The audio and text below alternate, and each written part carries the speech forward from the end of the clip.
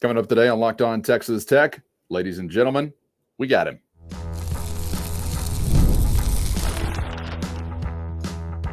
You are Locked On Texas Tech, your daily podcast on the Texas Tech Red Raiders. Part of the Locked On Podcast Network, your team every day. Great to be with you again on Locked On Texas Tech on the Locked On Podcast Network, your team every day, always free and available on YouTube or anywhere you get podcasts. Appreciate you for making us your first listen with the only Chris Level. I'm Casey Cowan, and Chris, it's great to be back with you.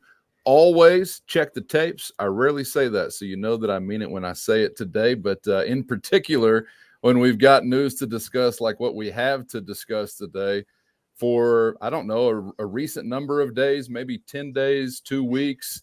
A lot of signs have been pointing to the fact that JT Toppin, New Mexico transfer, was likely to become a Red Raider, but had no opportunity to make that official or confirm that officially until we get it from the man himself. And of course, we get that yesterday as Toppin announces that he is Texas Tech bound, has been a part of the NBA draft process for going on a few weeks, almost a month, I guess. I'm not sure how many days that totaled, but this is as big of a get as Texas Tech has gotten during this portal cycle. And as I said in the YouTube short you and I threw up yesterday, immediately makes Texas Tech's front court one of the most dynamic in the Big 12 Conference. I would like to think one of the most dynamic in the country. So, man, a fun time to be a Red Raider when you're making an addition like JT Toppin. Yeah, and this was the one, right? We had talked about him being in the mix or a target for a while.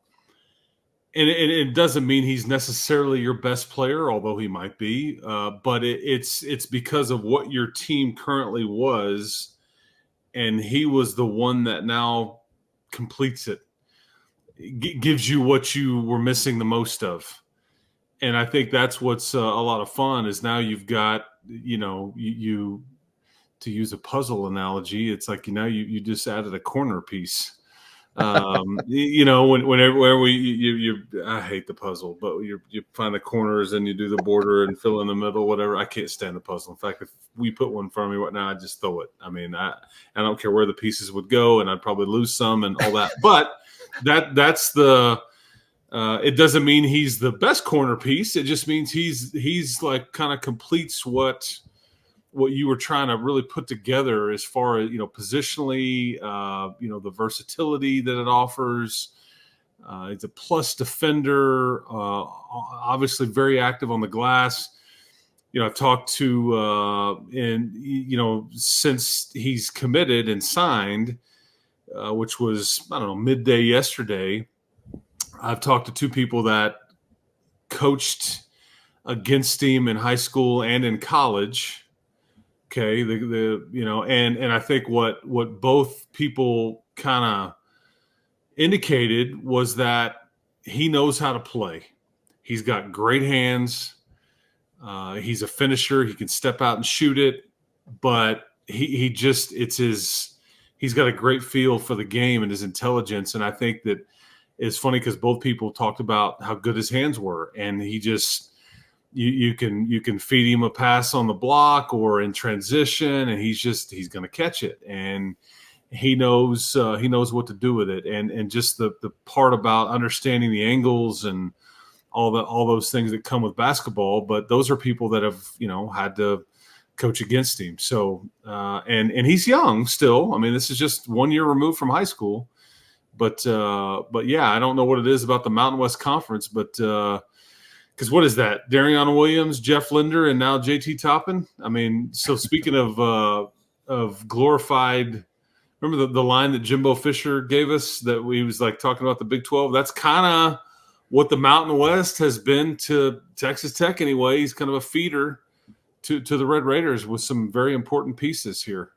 Yeah, I like the fact that we just get it all to ourselves. It's not even like for the Big 12. It's for Texas Tech specifically. I want to get to in just a minute how this relationship came together, but I was wondering if you had any insight into, when he leaves the high school ranks, he's from Dallas.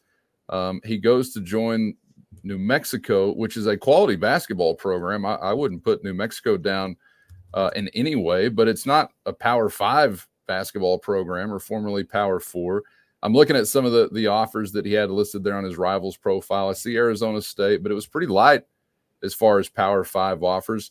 What has happened to this kid in a freshman season to make him one of the most sought-after transfers after, I don't know if lightly recruited is a fair way to put it, but if I have to put it that way, then let's call him that.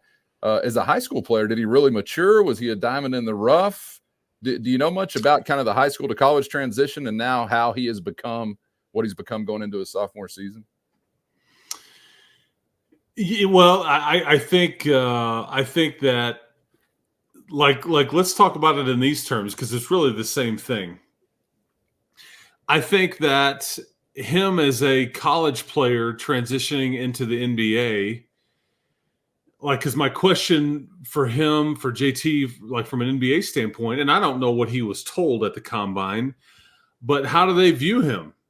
Do they view him as a 3-man, which is what, I mean, there's a lot of guys that play the small forward spot in the NBA, and but is he a good enough shooter to be that at the next level? So there may have been some of these kinds of questions from high school to college on like, okay, what is he? And again, that's much easier to answer. Like, dude, he can do a whole bunch of stuff. NBA, it's a little more centralized. It's a little more measurable, heavy. It's a little more, like almost everybody in the NBA's got to be able to shoot. But there may have been some questions about what exactly he was coming out of high school. And I think that there were folks that were talking him up late in that cycle, kind of saying, don't miss the boat, folks. And I want to say that some of Tech's coaching staff was actually retweeting some of these things in recent, I guess in the last day or so, from back in like the December of 22 or something time frame. Yeah. And so I don't, did he have, man, I want to be close to home. Did I want to, what kind of league? Just wasn't super familiar with him from a high school prospect standpoint. I just know that this is somebody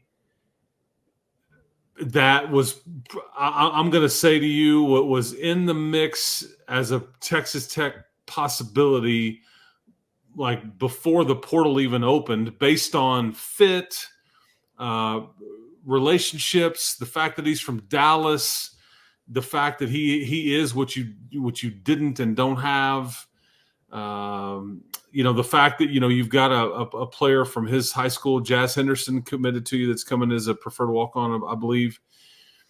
So there was a lot of things that pointed to this, and there for a minute you thought it may be University of Texas that is where he ends up. And I think that there's people in Austin that will tell you, and if we were talking to him right now, they would say, man, he actually committed to Texas.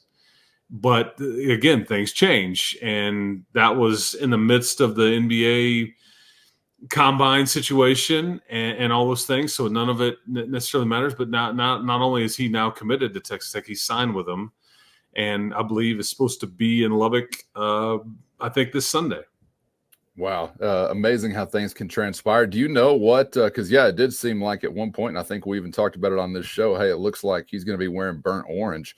Do you have any insight into what changed that direction? Not to suggest it was just one thing, but do you have any insight as to how that kind of came to not be? I think a lot of people in his camp, and this is really credit to Grant McCaslin, I think a lot of people in his camp felt like the basketball fit was always so much better at Texas Tech. And you factor in need, yes, and then you factor in like NIL and all those things, and what wins out, what ultimately is what's going to matter the most. And I think it's fair to say, Cowan, that is everybody kind of under the assumption here that this may be like a short-term marriage, for this next 6 to 9 months or whatever it is? I think that's fair. And I'm okay with that. I think that everybody is okay with it. That's just kind of the name of the game. I mean, you kind of look at this as maybe you just got a one and done. That's not a guaranteed deal. I mean, maybe there's something happens where he's not doesn't develop like he wants. Maybe there's who knows what would limit his ability to say, man, I'm going to forgo it. I'm out. I'm declaring. I'm not coming back, and all those things. But I think everybody's going into this thinking that this is a 6 to 9 month deal because he was right on the fringe already. Yeah. And I think if he comes here and does what I think his people feel like Grant and his staff can do with him and develop and pull out the things that the NBA wants to see, and then win some basketball games along the way. I think that would be a win-win scenario for all involved. But yeah, we got to be rooting for it. I mean, that's the nature of the beast. If he has the kind of season we want him to have, then that's the likely result, is that he would be headed back to a professional opportunity. So, that's just the way that the cycles go in this era whenever you've got a really talented player. So we're obviously rooting for him to have that kind of season. You talk about relationships, and you mentioned the high school teammate that's here, but I'm wondering, is there somebody on staff, if it's not McCaslin himself, is there a staff relationship, a program relationship? Does he really like the trainer? Does he have a girlfriend on the softball team? Is there something specific like that with a non-player that drew him to the program? First, today's episode brought to you by FanDuel, and it's do or die time in the NBA and NHL, and FanDuel is giving you a shot to bring home a big win of your own. Right now, new customers get $150 in bonus bets with any winning $5 bet. That's $150 to bet on spreads, player props, money lines, and a whole lot more. So visit FanDuel.com/locked-on and make every playoff shot count with FanDuel, America's #1 sportsbook. Is there something specific like that with a non-player that drew him to the program? None of these folks will want any credit, but I do think that Kellen Buffington had a lot to do with this, and I think Grant specifically had a lot to do with this. I think them both being posted up in the Metroplex or greater Metroplex over the last however many years it's been absolutely factors in here. It just does. And then I think that, obviously Matt Breyer and AC and everybody that was with Grant at North Texas, some level factors in and all that. But I think Grant and Buff played a huge role here. I think that they really kept hammering away at this even and didn't waver, even though at times maybe it looks like you're losing him to one place or the other, whether that's Texas or the NBA, or maybe it's just not in the cards for us. And we need to, and all the while you're still trying to, recruit other folks to give yourself options just in case. I mean, like you got to bring in Great Osabor on a visit. You got to, there was several of them that came in here that, and all the while you're kind of going, do we really want to offer a starting spot here or an NIL deal here or the bulk of the minutes here to this player,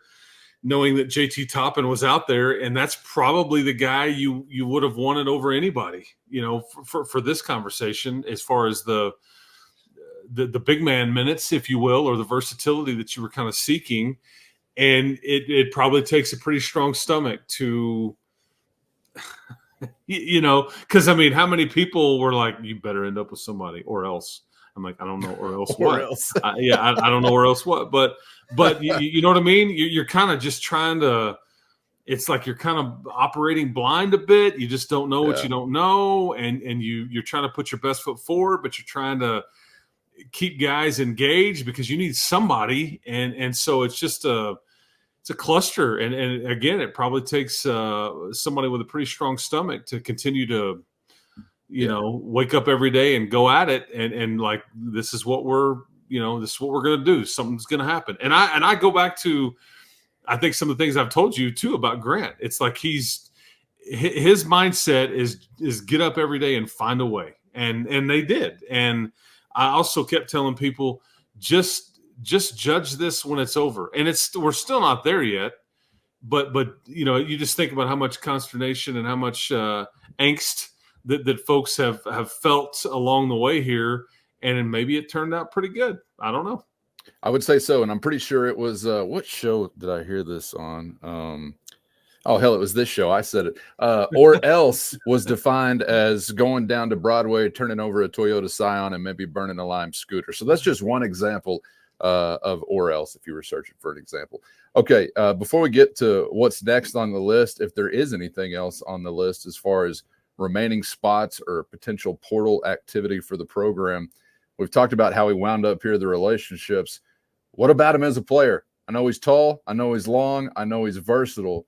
But I'm kind of wondering what you are envisioning, and this is going to require some speculation. Obviously, we'll see when the rubber meets the road. But are he and Federico squared guys we're going to see on the floor at the same time? Is he a guy that can stretch it out to the perimeter? I'm looking at some 3-point shooting percentages and things like that.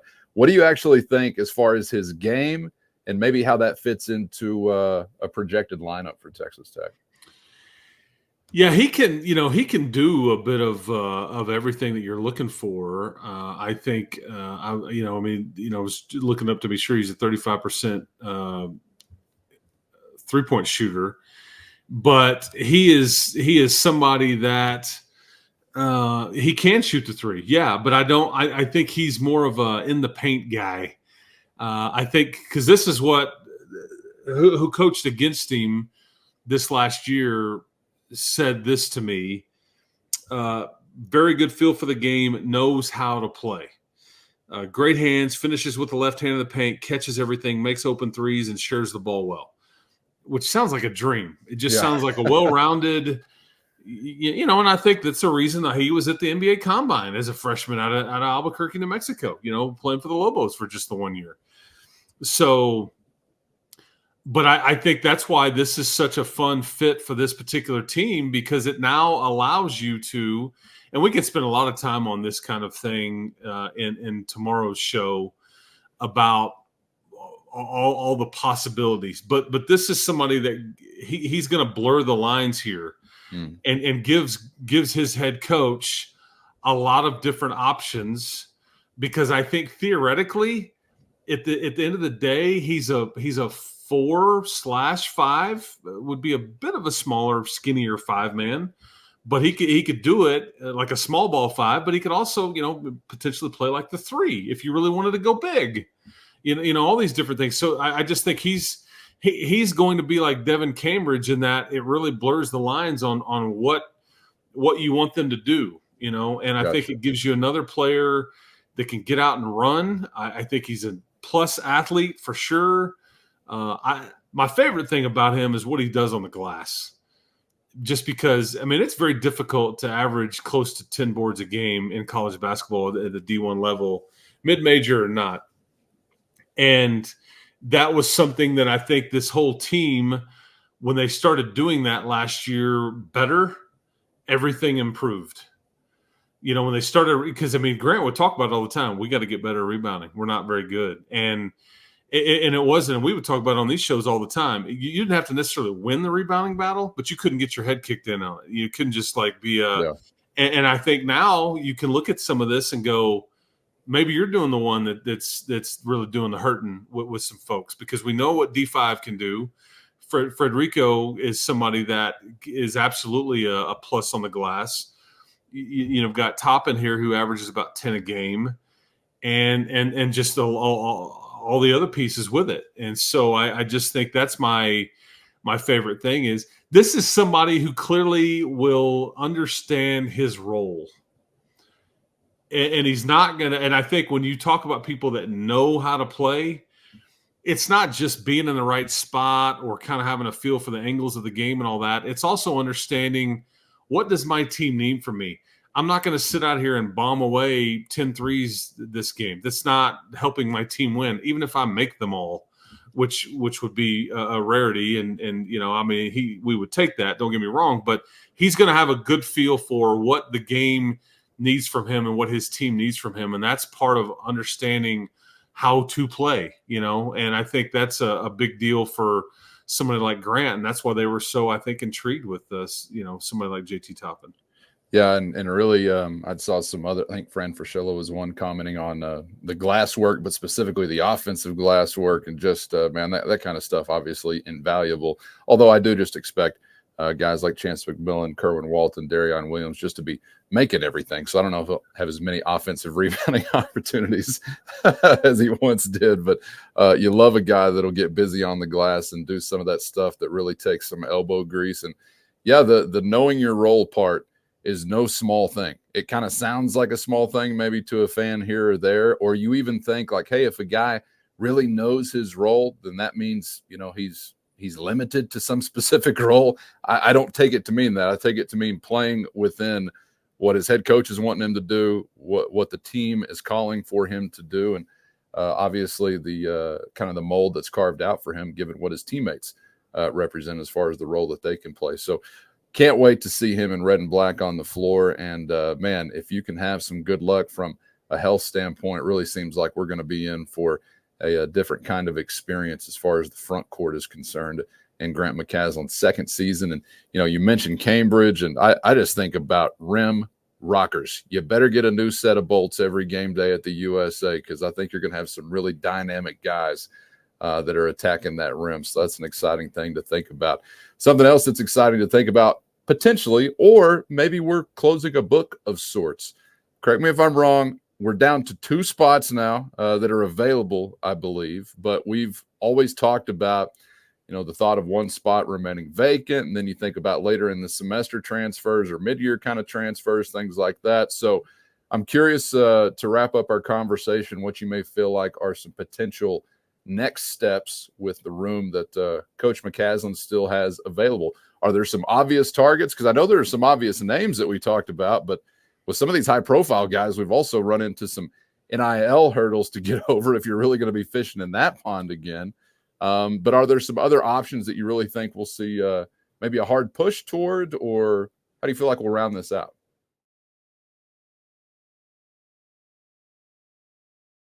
Are there some other options that you really think we'll see maybe a hard push toward, or how do you feel like we'll round this out? So you have 2 scholarships left, and I'll go back to some of the things that Grant said last week. Will we try to fill them? Yes. What that looks like, not real sure. Is there a chance we would hold one? Yeah. We're not going to take somebody just to take them. We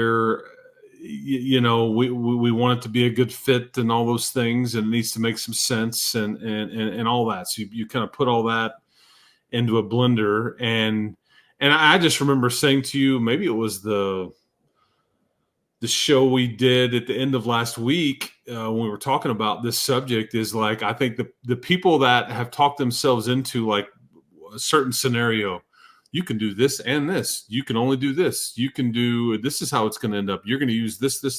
I've never bought into that, because there's too many things that can change. I mean, theoretically, until JT Toppin shows up here, on Sunday, I think even that is there's things that change with basketball programs well into the summer a lot of the time. But with what right now, I think this is the biggest hurdle in adding I don't like a high profile addition. Okay. I think that's that was your term. I'll borrow that one. Yeah. Whether it's somebody else that's removed the name from the combine, or whether it's somebody that everybody would assume is going to, require a big price tag for NIL, whatever you think a high profile addition would be. And here's why I think that is somewhat prohibitive. Because if you look at your team, you have one of everything. And in some cases, you have 1.5 to 2 of everything. If you bring in a high-profile addition now, guess what? They are taking somebody's minutes, shots, spot in the starting lineup, whatever. And I think that's where you run the risk of the team chemistry portion of this. When you're trying to, in this era, keep everybody on the same page, you've had communications with several folks on your team. This is what we're doing. And you go add somebody high profile that already plays this or that, that's going to be expecting this or that. It's like, well, what about me here? I mean, and I think that's because you have a lot of experience in now returners. And see, I think the thing with Toppin is there's not anybody on that team that would have said, we don't need any help in the paint. We don't need any help at the 4 or 5. I mean, they all would have agreed there. Yeah. And I think that's why it's like a perfect fit from that standpoint too. He not only gives you what you're missing, but everybody was on the same page with we need it, we want it. Please give it to us, JT. I mean, coaches, players, all that stuff. Now, anybody else, and you start to, potentially. And I don't think personally that Grant will fiddle with that just too much. But having said that, you just don't know. You have 2 scholarships left. We'll see how they are filled. You could see current portal guys filling those. You could see some more freshmen, a JC guy. You could see one or both being, I guess, I would just be shocked if both of them were left open. But I don't know if we can really envision, but for anybody to think that you're going to add another high profile to this one, that's just not the way I'm thinking on that deal based on what I very strongly what I hear on that. And I think those are kind of the reasons why. But again, things change. Things can you just got to be careful about talking yourself into one scenario or another. But I just think as you look at the basketball part of this, you can fill out 3 to 5 different starting lineups. You can talk your way into a variety of quality folks coming off the bench to where you can get to 8 or 9, 10 deep here.